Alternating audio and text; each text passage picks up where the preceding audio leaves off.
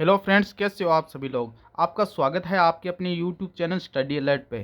तो आज हम सीईटी विद्यार्थियों के लिए कुछ महत्वपूर्ण क्वेश्चन लेके आ गए हैं। तो आपका जो पहला क्वेश्चन है वो इस प्रकार है, कालीबंगा सभ्यता की खोज किसने की थी। ऑप्शन नंबर 1 आपके पास है RC. Agarwal. Option number B है एच.डी. सांकलिया।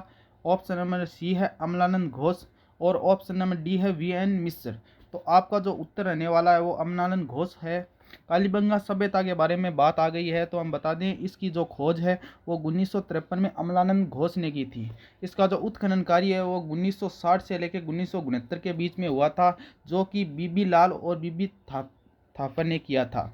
ये सिंधु घाटी सभ्यता की ही एक शाखा है।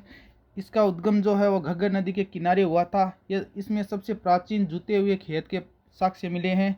नगर दुर्ग व निचले नगरों में भी इसका विभाजन था। यह जो मूलतः हनुमानगढ़ जिले के अंदर पड़ती है। तो अगले क्वेश्चन की तरफ हम चलते हैं। विजय स्तंभ का निर्माण किसने करवाया था।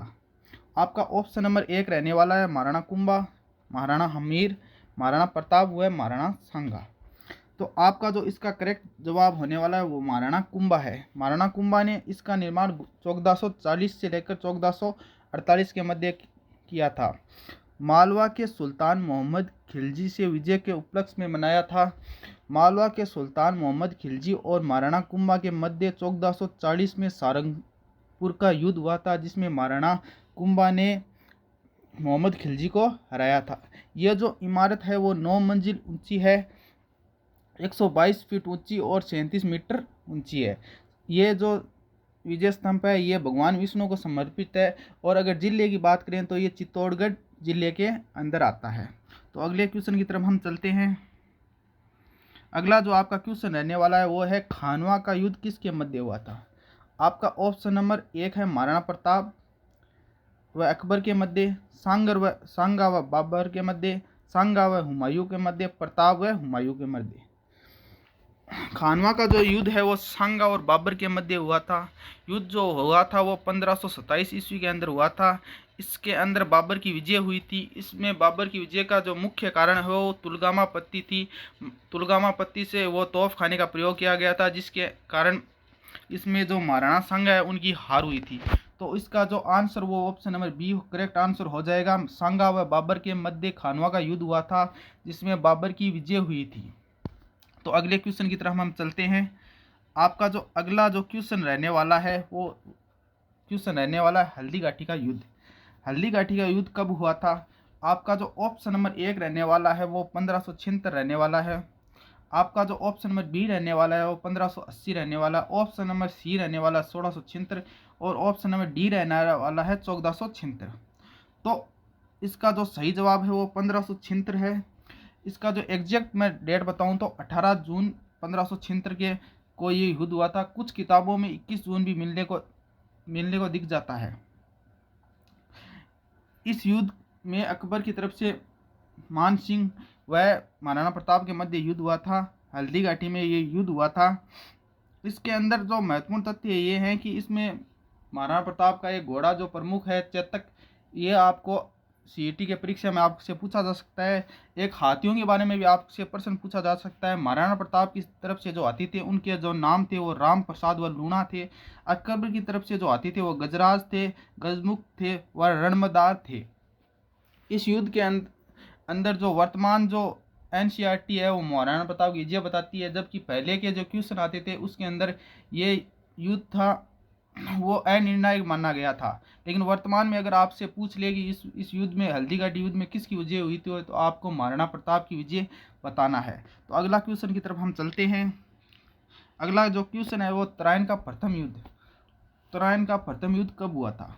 ऑप्शन नंबर एक आपके पास रहने वाला है 1193। ऑप्शन नंबर बी आपके सामने 1191। ऑप्शन नंबर सी 1192 और ऑप्शन नंबर डी 1194।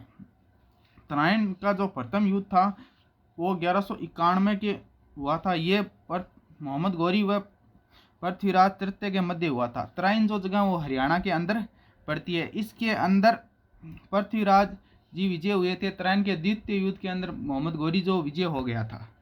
तो अगले क्वेश्चन की तरफ हम चलते हैं। अगला जो क्वेश्चन है वो राजस्थान के वर्तमान राज्यपाल कौन है।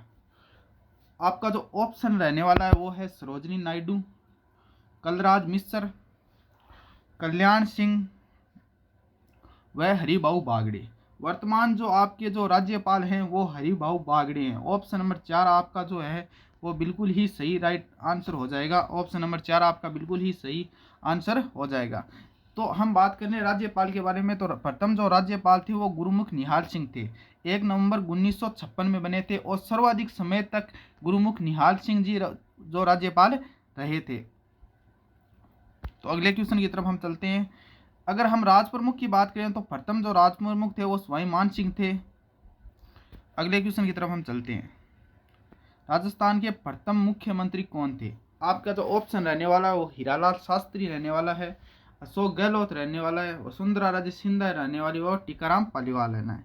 अगर मैं पहले मुख्यमंत्री की बात करूं तो वो हीरालाल शास्त्री थे, 26 जनवरी 1950। लेकिन अगर आपको ये पूछ ले कि प्रथम निर्वाचित मुख्यमंत्री कौन थे तो आपका जो आंसर रहने वाला है वो टीकाराम पालीवाल हो जाएगा। अगर आपको पहले प्रथम मुख्यमंत्री तो हीरालाल शास्त्री, लेकिन अगर आपसे ये पूछ ले कि प्रथम निर्वाचित मुख्यमंत्री जो टीकाराम पालीवाल होने वाले, जो कि 1952 में बने थे प्रथम विधानसभा के सर्वाधिक कार्यकाल वाले, अगर आपको मुख्यमंत्री पूछ ले तो वो रहने वाले हैं आपको मोहनलाल सुखाड़िया। सर्वाधिक कार्यकाल के बारे में पूछ ले तो वो कौन से रहने वाले हैं? मोहनलाल सुखाड़िया। तो अगले क्वेश्चन की तरफ हम चलते हैं। राजस्थान में वर्तमान में कितने संभाग रहने वाले हैं? तो आप लोग सोच रहे हैं क्वेश्चन बहुत इजी है, लेकिन अब मैं बता दूं सीटी लेवल में यही पूछे जाएंगे। ज़्यादा जो हार्ड है वो क्वेश्चन नहीं पूछे जाएंगे आपसे। तो राजस्थान में वर्तमान में आपको संभाग बताने हैं। ऑप्शन नंबर 1 रहने वाला है वो आपका 6 रहने वाला है, ऑप्शन नंबर 2 7 संभाग, ऑप्शन नंबर 3 9 और ऑप्शन नंबर 10। वर्तमान में संभाग की बात हो रही है यहाँ पर। वर्तमान में जो राजस्थान में वो 7 संभाग हैं। वर्तमान में राजस्थान में कौन सी हैं? वो जयपुर है, जोधपुर है, अजमेर है, कोटा है, उदयपुर है, भरतपुर है और बीकानेर है। अगर क्षेत्रफल की दृष्टि से सबसे बड़ा संभाग है तो वो जोधपुर है। अगर क्षेत्रफल की दृष्टि से ये पूछ ले सबसे छोटा संभाग कौन सा है तो आपको बताना है भरतपुर है। अगर आपको ये पूछ ले कि जनसंख्या की दृष्टि से सबसे बड़ा संभाग कौन सा है तो आपका जवाब होना चाहिए वो जयपुर होना चाहिए। तो अगले क्वेश्चन की तरफ हम चलते हैं। अगला जो क्वेश्चन है वो आपके ये है कि पृथ्वीराज राजस्व किसकी रचना है? तो आपका जो ऑप्शन रहने वाला है वो हमीरदेव, कान्हा व्यास, चंद्रवरदाई और जैनक रहने वाला है। तो आपका जो आंसर होगा इसके अंदर कौन सा होगा? आपका जो आंसर होगा वो होगा चंद्रवरदाई। हाँ, पृथ्वीराज राजस्व की रचना वो चंद्रवरदाई ने की थी। अगर इसकी भाषा को पूछ ले कि पृथ्वीराज राजस्व की भाषा कौन सी है तो आपका डिंगल भाषा का प्रयोग किया था। इसमें यह रचना डिंगल भाषा में हुई थी। तो अगले क्वेश्चन की तरफ हम चलते हैं। 1857 की क्रांति राजस्थान में सर्वप्रथम कहाँ से शुरू हुई थी? आपका जो ऑप्शन नंबर 1 है वो नीमच रहने वाला है, ऑप्शन नंबर 2 वो देवली रहने वाला है, ऑप्शन नंबर 3 नीम का थाना रहने वाला है, ऑप्शन नंबर 4 नसीराबाद रहने वाला है। 1857 की क्रांति की जो सर्वप्रथम शुरुआत हुई वो आपके नसीराबाद छावनी के अंदर हुई थी। अगर आपको डेट पूछ ले तो आपको बतानी है 28 मई। 28 मई 1857 के अंदर आपकी नसीराबाद छावनी की में क्रांति की शुरुआत हो गई थी। अगर भारत में पूछ ले तो आपको ये 10 मई आपको 10 मई के को शुरू हुई थी। अगर भारत में आपको क्रांति की शुरुआत पूछ ले तो ये 10 मई की हुई थी। और आपको ये पूछ ले कि कहाँ से हुई तो आपको भारत में बताना मेरठ से हुई थी। अगर राजस्थान में 1857 की क्रांति अगर कुलदेवी की बात करूँ तो वो रहने वाली सुगाली माता। सुगाली माता जो आहुआ की माता थी उस टाइम। तो अगले क्वेश्चन की तरफ हम चलते हैं। बिजौलिया किसान आंदोलन कब प्रारंभ हुआ था? बिजौलिया जो आपका जो ऑप्शन है वो इस प्रकार है 1197। बिजौलिया किसान आंदोलन का आपका ऑप्शन है 1197, 1997, 1497 और 1897। तो बिजौलिया किसान आंदोलन है वो आपका इसमें ऑप्शन हो जाएगा 1897। 1897 बिजौलिया आंदोलन शुरू हुआ था। अगर मैं बिजौलिया किसान आंदोलन के शुरू होने का कारण बताऊं तो इसका कारण था किसानों पर अत्याचार और उन्होंने 84 प्रकार के कर लगाए थे वो थे। प्रारंभिक में इसका नेतृत्व किया था साधु सीताराम दास ने, लेकिन इसका व्यापक रूप में इसका जो नेतृत्व किया था वो विजय सिंह पथिक ने किया था। बिजौलिया के बारे में बता दूं ये भीलवाड़ा जिले के अंदर पड़ता है और मेवाड़ का ये प्रथम श्रेणी का ठिकाना हुआ करता था। ये आंदोलन सबसे लंबा चला था। अगला जो क्वेश्चन मैं आपको सामने लेकर आया हूँ वो है संप सभा की स्थापना किसने की थी।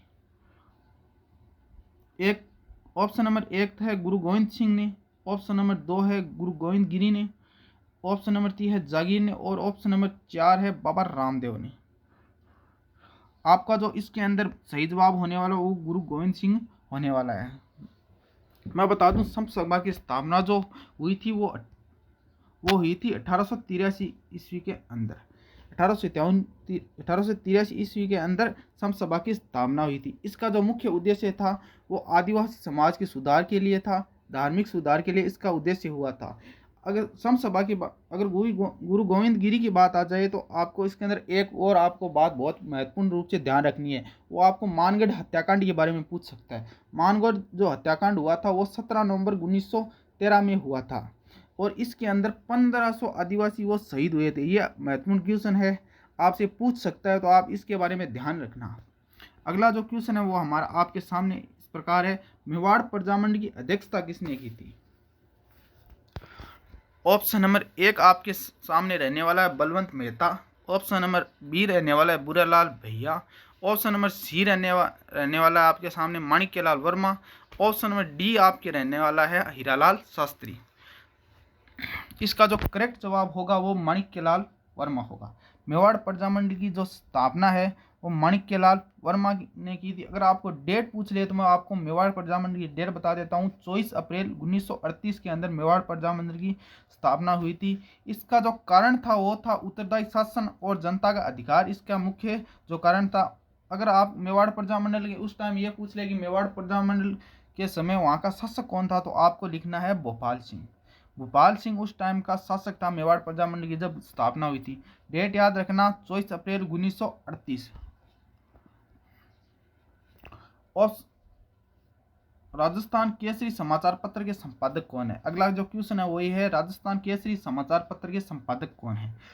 तो ऑप्शन नंबर 1 है Ramnarayan Chaudhary, option number B है Akhileshwar Prasad, option number C है विजय सिंह पथिक और ऑप्शन नंबर डी है जयनारायण व्यास।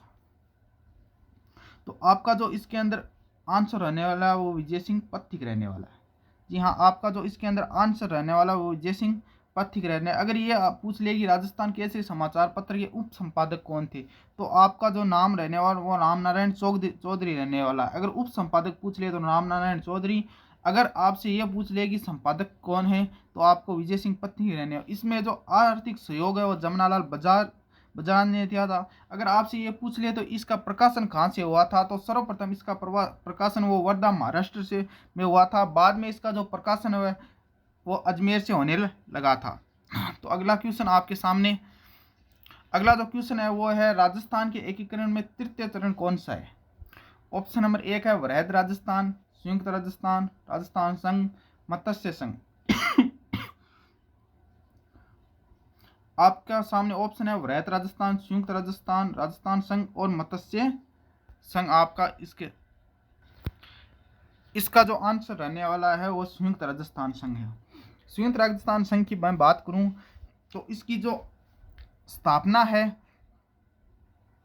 वो हुई थी 18 अप्रैल 1948 के अंदर। मेवाड़ की जो सभी 10 रियासत हैं उनका विलय हुआ था राजस्थान के अंदर।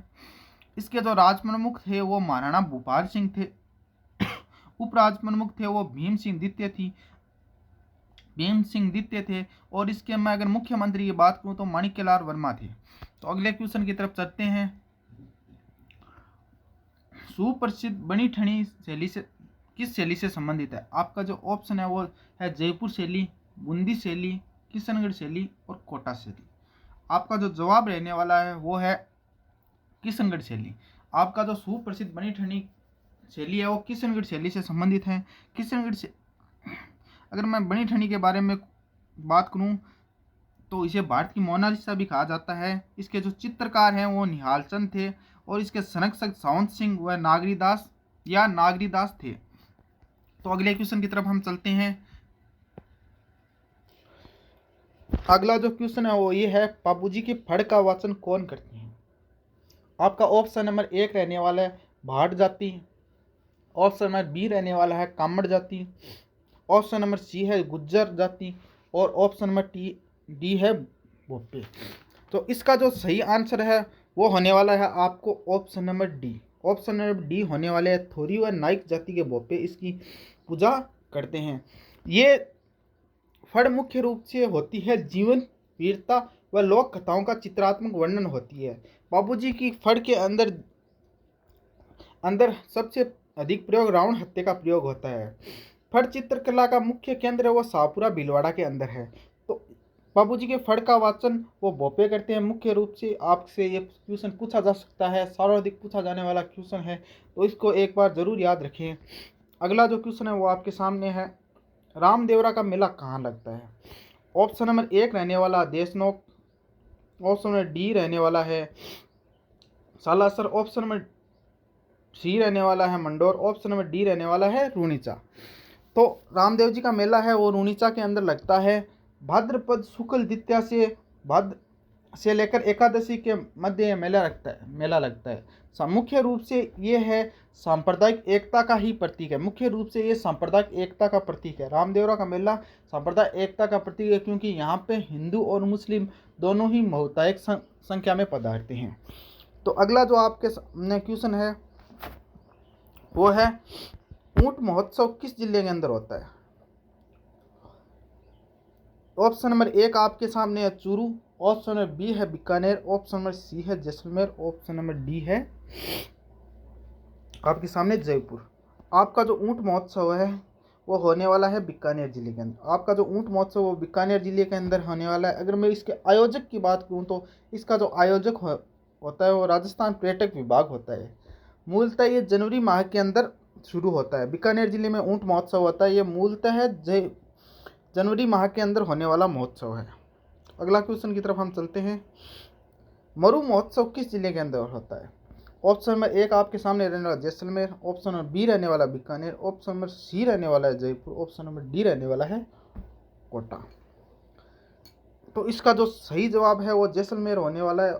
मरु महोत्सव जैसलमेर के अंदर होता है। अगर मैं इसको, ये मूलतः फरवरी माह में शुरू होता है, लेकिन अगर मैं हिंदू पंचांग के हिसाब से बात करूँ तो ये माघ पूर्णिमा से पहले शुरू होने वाला होता है।